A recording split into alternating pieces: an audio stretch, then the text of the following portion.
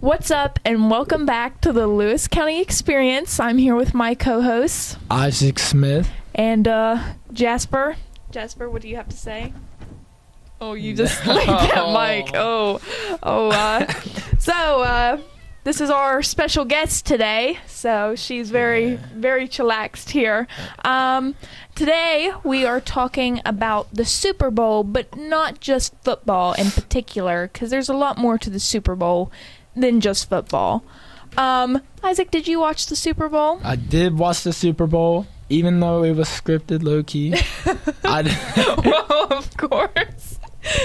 Shots. Yeah, shots fired. I'm just going to say, like, it wasn't bad. It was pretty good. I'm not going to lie. It was pretty good. What is that, the second Super Bowl that's ever went into an overtime? Or? Yeah, it's the second one, because my first one was actually... the first one was actually with the Falcons, my favorite team. Yeah, we blew the biggest lead in Super Bowl history. That's awful. I know. Yeah. But so, we'll start out with, of course, the national anthem is always sung at the beginning of... Okay, wait a minute. Not even just the national anthem. When I first saw Post Malone singing, I was like, no way. Oh, she gone. Jasper ain't getting rubbed. Let me get out of here. She ain't getting rubbed, so... She said Post Malone and left.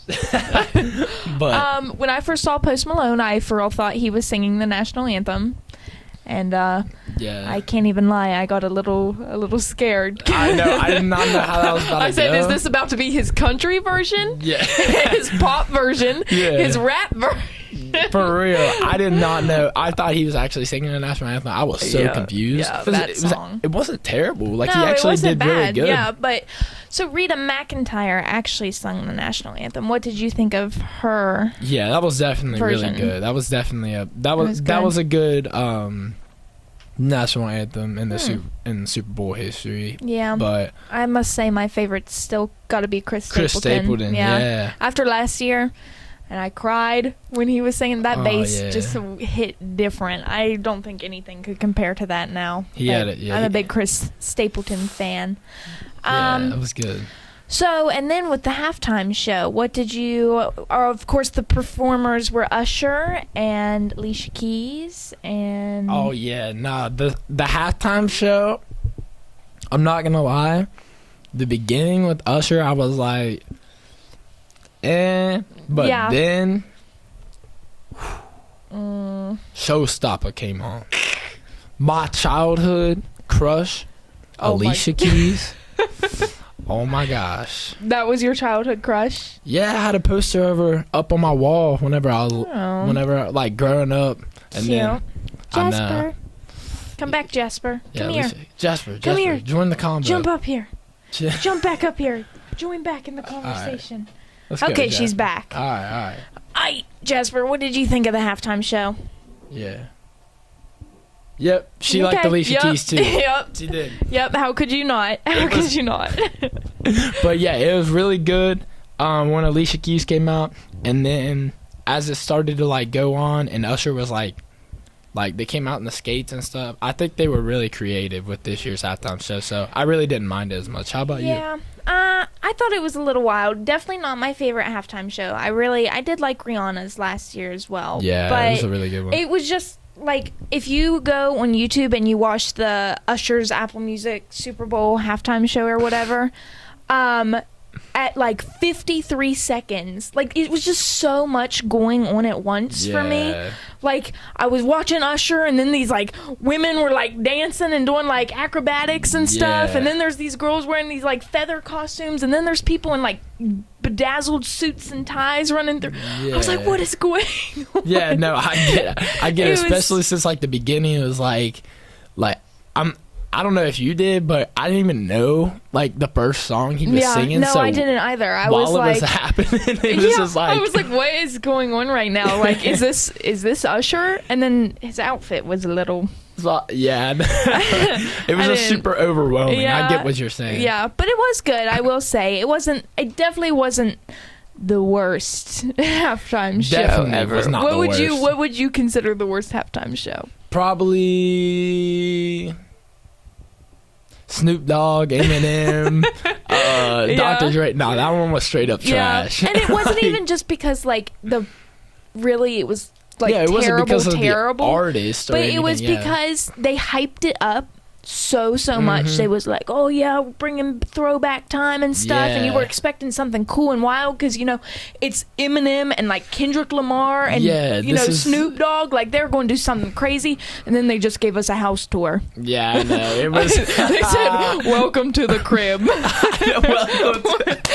it literally only had Dr. Dre facing the one way too. So I felt bad for the audience. Yeah. As well.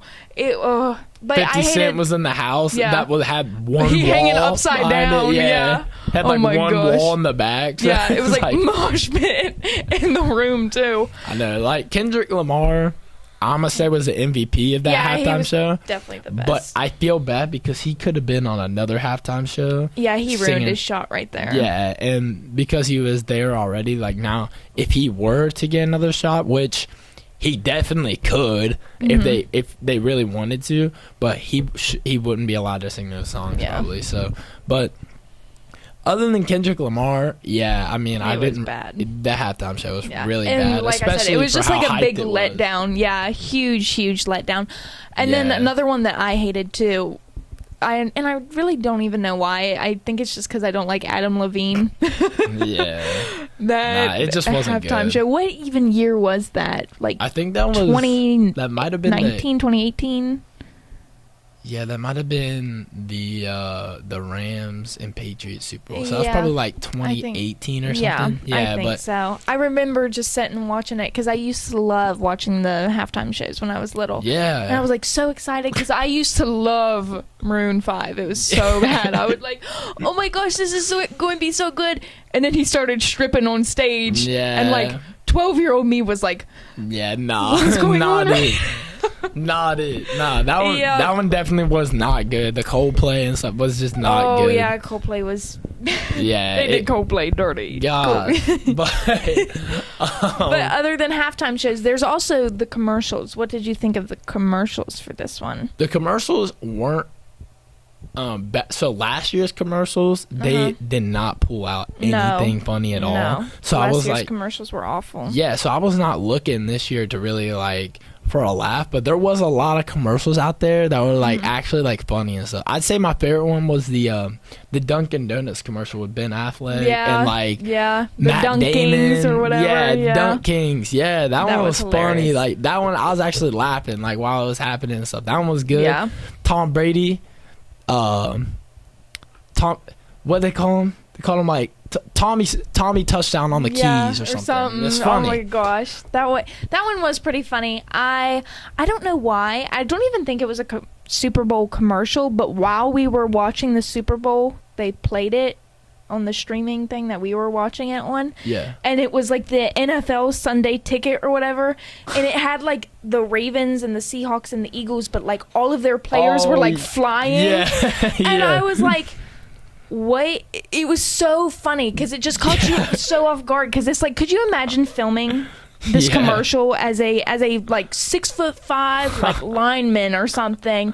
You're like filming this commercial and you're like having to sit there and like flap your arms like they're wings just so they can edit it. It'd be so embarrassing. That one was good though. That one was actually really funny. Some of the other ones, other than the Ben Affleck one though, were just kind of like cringy. Like they were making like such bad jokes and stuff in them, and I was like, I know. Yeah, there was a lot of commercials out there. I was like, they tried too hard. Yeah. Like the Michael Cera one for like Sarah V or whatever. I was like, that one was you just got him because his last name's Sarah. Yeah. This is weird. It felt weird. But they had the one, and this has been on before the Super Bowl, but they played it during the Super Bowl, and it came out for the Super Bowl. It was a Paramount Plus commercial where what is it? What's his name is like throwing the cartoon character and like Tua's there. Oh yeah. And it's like, can you take me higher? He's like throwing him on top of that got Jasper excited. I know, Jasper. She just had to stretch her legs for a minute. Yeah. Jasper's big chilling, guys. Yeah. But yeah, overall I give the Super Bowl this year, like with the commercials, halftime show, and the Super Bowl, I'm gonna give it a 7.5. Yeah. I that's a solid rating for me too. Just because like I didn't really care who won the Super Bowl because I'm a Cowboys fan. Sorry, I'm going to get a lot of hate for that. But I like Travis Kelce. I like the Chiefs and stuff before. Now it just feels like it feels too I don't know, like basic now to like the Chiefs. I don't know, like because everyone's like, oh my God, the Chiefs, Taylor Swift. That's how I felt whenever like Patrick Mahomes bursted guys, you're onto ruining the scene. it for me. You're ruining it. Yes, that's how it felt whenever like Patrick Mahomes bursted onto the scene, making all these crazy plays. I was like, I like Patrick Mahomes. I like Travis Kelce. Yes. And then now that they're winning, I just wanted to see the 49ers win though, just for like a big upset. Yeah, that's what I wanted to see. And then it didn't happen. But I know. Then Roger Goodell said, "I just want to make a bunch of money and stuff." So, but I don't know if I can touch too much more on that topic. But, we might get canceled. They said, "Hey, you're not following the script, Isaac." Roger Goodell, if you see this, what are the odds? You know what I'm saying? That's all I'm gonna say. Oh my god. But 7.5 is my rating. What do you give the rating? I like a 7. I might not give it that 0.5. Just like honestly, I said. No, honestly, I can agree with that. Yeah, 7. It wasn't. Like I said, it wasn't a bad Super Bowl by any means, but it just wasn't the greatest. I mean, I'm sure for maybe like a Chiefs fan or for a 49ers fan, that was the greatest Super Bowl ever. Yeah. But I just didn't. I was like, oh, well. Yeah, no, I get it. I already knew who was going to win going into it because the script. So I know. Yeah. There was no point in even watching it other than the halftime show, really. Who would you like to see sing at a upcoming Super Bowl? Like, if you had to pick an artist. Good question. Or artists, a few artists. I'm going to say I want it to be somebody who's a performer, like somebody who can definitely take over the show. Mm-hmm. So I'm definitely leaning towards someone okay, so I have 2 different options. So okay. I feel like with how popular she is now, I feel like Olivia Rodrigo, if she brought in like a couple more acts and stuff, she could actually do that. She could do the halftime show and it would be good. But she would have to bring on a couple more acts with her that could take over. But one I've been thinking about, Adele. Jasper. I feel like everybody would want to see Adele. Woman in the Deep, that would perform. be good. Yeah. Come here, Jasper, jump up here.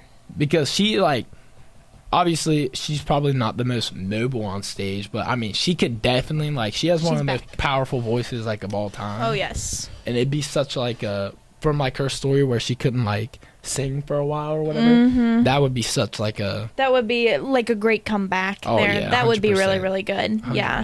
I agree with that. I would say if we combined 3 artists, I would say 21 Savage. Because I like some 21 Savage. That'd be dope. SZA, I feel like would be really good.